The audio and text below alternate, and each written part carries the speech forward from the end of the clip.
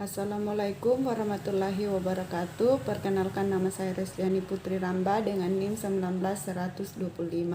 Di sini saya akan menjelaskan ataupun mempresentasikan tentang model-model kebijakan kesehatan, di mana tugas ini untuk memenuhi tugas dari mata kuliah epidemiologi perencanaan dan pelayanan kesehatan. Yang pertama, pengertian kebijakan kesehatan.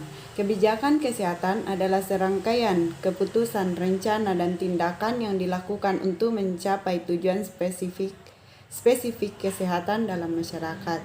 Adapun pengertian kebijakan kesehatan menurut Wald pada tahun 1994 yaitu sebagai upaya dan tindakan pengambilan keputusan yang meliputi aspek teknis, medis, dan pelayanan kesehatan dan keterlibatan pelaku atau aktor baik dalam lingkup individu, kelompok, ataupun institut dan pemerintah ataupun swasta. Kebijakan kesehatan merupakan hal yang sangat penting dan fundamental karena sektor kesehatan merupakan bagian dari ekonomi. Kebijakan kesehatan harus selalu berpihak kepada hal-hal yang dianggap penting dalam suatu institusi dan masyarakat, bertujuan untuk jangka panjang serta menyediakan rekomendasi yang praktis dalam situasi penting.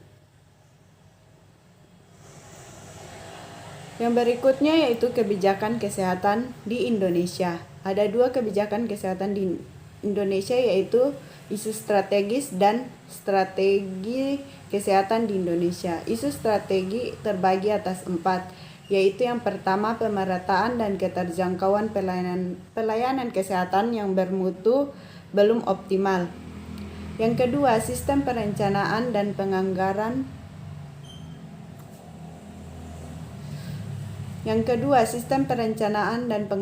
Departemen Kesehatan belum optimal. Yang ketiga, standar pedoman pelaksanaan pembangunan kesehatan masih kurang memadai. Dan yang keempat, dukungan Departemen Kesehatan untuk melaksanakan pembangunan kesehatan masih terbatas. Yang kedua yaitu strategi kesehatan di Indonesia. Ada 5 strategi kesehatan di Indonesia, yaitu yang pertama untuk mewujudkan komitmen pembangunan kesehatan. Yang kedua, meningkatkan pertanggungjawaban dan pertanggunggugatan.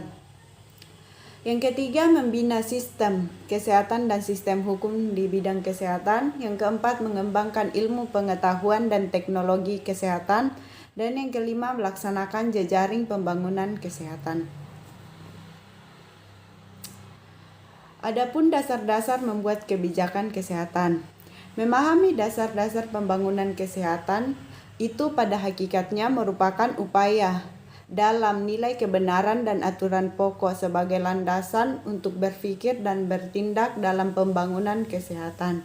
Nilai tersebut merupakan landasan dalam menghayati isu strategis, melakukan visi dan misi sebagai petunjuk pokok pelaksanaan pembangunan kesehatan secara nasional sebagaimana yang tercantum dalam Rencana Pembangunan Kesehatan menuju Indonesia Sehat, yaitu yang meliputi perikemanusiaan, adil dan merata, pemberdayaan dan kemandirian, dan pengutamaan dan manfaat. Yang pertama, isu strategi pembangunan kesehatan. Jumlah dan mutu tenaga kesehatan belum memenuhi kebutuhan. Pemanfaatan pembiayaan kesehatan belum terfokus dan sinkron. Masyarakat makin belum sepenuhnya terjangkau dalam pelayanan kesehatan. Beban ganda penyakit dapat menimbulkan masalah lainnya secara fisik, mental, dan sosial. Yang kedua yaitu visi strategis pembangunan kesehatan. Dengan memperhatikan isu strategis pembangunan kesehatan tersebut dan juga dengan mempertimbangkan perkembangan, masalah, serta berbagai kecenderungan pembangunan kesehatan ke depan, maka ditetapkan visi pembangunan kesehatan oleh Departemen Kesehatan, yaitu masyarakat yang mandiri untuk hidup sehat. Yang berikutnya yaitu misi strategis pembangunan kesehatan. Visi pembangunan kesehatan tersebut diwujudkan melalui misi pembangunan kesehatan, yaitu membuat rakyat sehat. Misi tersebut ini kemudian dijalankan dengan mengembangkan nilai-nilai dasar dalam pelayanan kesehatan, yaitu berpihak kepada rakyat, bertindak cepat dan tetap, melakukan kerjasama tim, integritas yang tinggi, transparansi, dan akuntabilitas. Yang berikutnya yaitu kebijakan pelayanan kesehatan. Kebijakan pelayanan kesehatan yaitu kebijakan yang berfokus pada pelayanan kesehatan sebagai upaya yang terorganisir untuk mengobati ataupun merawat penyakit, keadaan disabilitas ataupun kecacatan. Upaya-upaya kesehatan tersebut dilakukan dengan mengatur dan meregulasi keberadaan tenaga profesional, kesediaan farmasi, pembiayaan sistem kesehatan, dan akses terhadap fasilitas kesehatan. Mutu pelayanan kesehatan merupakan kinerja yang mencerminkan tingkat kesempurnaan pelayanan kesehatan sehingga dapat menimbulkan kepuasan pasien dan sesuai dengan standar serta kode etik yang telah ditetapkan. Kebijakan kesehatan merupakan tindakan yang mempunyai efek terhadap institusi, organisasi pelayanan dan pendanaan, dan sistem pelayanan kesehatan. Berikutnya kita masuk kepada model-model kebijakan kesehatan. Yang pertama yaitu BPJS atau Badan Penyelenggara Jaminan Sosial dalam kebijakan pembiayaan kesehatan. Adanya kejelasan tujuan sasaran dalam implementasi program BPJS Kesehatan adalah dengan meningkatkan pelayanan yang lebih baik lagi dari sebelumnya. Adapun kelebihan dari kebijakan BPJS ini yaitu dapat melakukan pemeriksaan kesehatan dengan mudah karena pembayarannya menggunakan BPJS, memperoleh manfaat dan informasi serta prosedur pelayanan sesuai dengan ketentuan yang berlaku, mendapatkan pelayanan kesehatan di fasilitas kesehatan yang bekerja sama dengan BPJS Kesehatan, iuran dari BPJS Kesehatan yang murah. BPJS Kesehatan diselenggarakan langsung dari pemerintah dan menjadi program yang diwajibkan kepada seluruh masyarakat Indonesia. Umur berapapun dapat mendaftar dan tanpa adanya medical check up. Dijamin seumur hidup dan tidak ada pengecualian dalam memiliki kartu BPJS Kesehatan ini. Adapun kekurangan atau kelemahan dari kebijakan BPJS Kesehatan ini yaitu sering terjadinya miskomunikasi. Yang berikutnya adanya metode berjenjang saat melakukan klaim dan saat berobat menggunakan BPJS Kesehatan harus antri terlebih dahulu sebelum mendapat giliran untuk melakukan pemeriksaan. Yang kedua yaitu kebijakan pelayanan gratis di puskesmas. Pelayanan gratis yang diberikan puskesmas adalah pelayanan kesehatan masyarakat yang berdampak meningkatkan jumlah kunjungan sehingga berpengaruh terhadap kinerja puskesmas, kinerja tenaga kesehatan, dan kepuasan pasien. Model kebijakan pelayanan gratis yang dikembangkan adalah model pelayanan yang dapat bermanfaat bagi semua aspek yang terlibat, meliputi pasien, puskesmas, dan tenaga kesehatan. Kebijakan tersebut memberikan kemudahan kepada masyarakat untuk mendapatkan pelayanan kesehatan. Masyarakat sebagian besar menyadari bahwa kesehatan sangat penting dan menyadari kebutuhan hidup sehat. Pemerintah berharap tidak ada lagi halangan bagi masyarakat kurang mampu untuk memperoleh pelayanan kesehatan yang dibutuhkan. Pelaksanaan kebijakan tersebut berdampak pada peningkatan jumlah kunjungan pasien ke puskesmas sehingga meningkatkan kinerja puskesmas dan petugas kesehatan.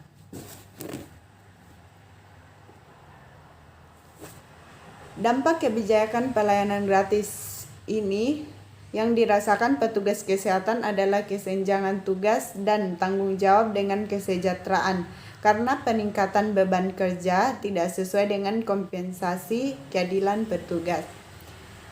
Bobot kerja dan tuntutan pekerjaan yang bertambah, tuntunan kerja maksimal membuat tenaga kesehatan perlu mendapatkan kesejahteraan yang lebih baik. Insentif sangat bermanfaat sebagai tambahan penghasilan, menjadikan peningkatan motivasi dan semangat kerja sehingga dapat memberikan pelayanan kesehatan secara maksimal.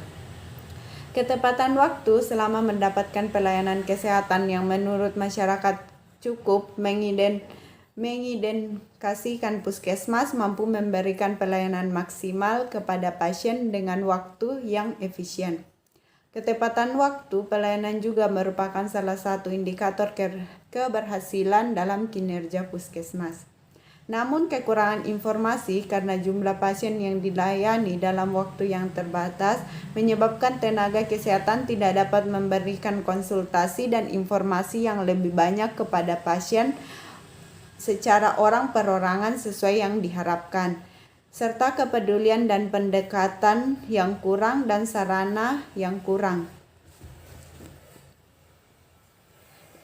Yang berikutnya yaitu kebijakan kesehatan ibu dan anak atau yang lebih sering kita kenal atau dengar sebagai KIA. Yaitu terlihat bahwa kebijakan KIA selama ini menimbulkan situasi di mana banyak pelaku di aspek sosial, pelayanan primer, dan pencegahan masih kurang di aspek klinis. Tidak ada tenaga ahli manajemen untuk perencanaan, pelaksanaan, dan monitoring evaluasi program KIA. Kerjasama lintas sektor untuk promosi dan pencegahan belum maksimal. Para pelaku promosi dan pencegahan lintas sektor belum banyak berkontribusi. Proses anggaran dan penyaluran KIA desentralisasi memiliki beragam masalah. Kebijakan yang berlaku tidak cukup kuat untuk memaksimalkan dampak positif yang diharapkan dari kebijakan desentralisasi. Sebagai dampaknya, anggaran pemerintah daerah untuk KIA terbatas. Hal ini menjadi situasi yang rawan. Program KIA Indonesia mengandalkan sumber daya keuangan tunggal dari pemerintah pusat dengan sumber daya yang tidak dapat diandalkan dan penyaluran dana yang rentan. Akhirnya pelaksana di daerah yang seharusnya bertanggung jawab atas kebijakan lokal dan implementasinya menjadi tidak cukup aktif untuk program KIA.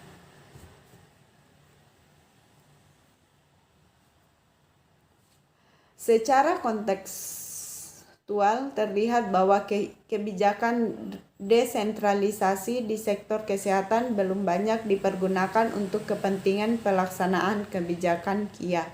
Isu program KIA belum diperhatikan di daerah, khususnya di kabupaten. Di berbagai daerah anggaran untuk KIA ini masih rendah. KIA adalah upaya di bidang kesehatan yang menyangkut pelayanan dan pemeliharaan terhadap ibu hamil, ibu bersalin, ibu nifas, ibu menyusui, bayi dan anak balita, serta anak prasekolah. Program Kesehatan Ibu dan Anak atau KIA mempunyai kemampuan hidup sehat melalui peningkatan derajat kesehatan yang optimal bagi ibu dan keluarganya untuk menuju norma keluarga kecil bahagia sejahtera, serta meningkatnya derajat kesehatan anak untuk menjamin proses tumbuh kembang optimal yang merupakan landasan bagi peningkatan kualitas manusia seutuhnya. Adapun kelebihan dari adanya kebijakan KIA ini yaitu untuk yang pertama, meningkatnya kemampuan ibu baik pengetahuan, sikap, dan perilaku dalam pelayanan kesehatan ibu hamil, ibu bersalin, ibu nifas, ibu menyusui, bayi dan anak balita, serta anak prasekolah. Yang kedua, meningkatnya kemampuan dan peran serta masyarakat, keluarga, dan seluruh anggotanya untuk mengatasi masalah kesehatan ibu, balita, anak prasekolah, terutama melalui peningkatan peran ibu dan keluarga.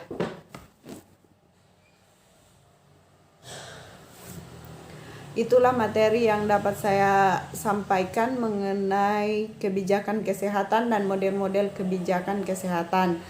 Kurang dan lebihnya mohon dimaafkan jika ada salah kata ataupun salah penulisan dalam presentasi saya, mohon dimaafkan.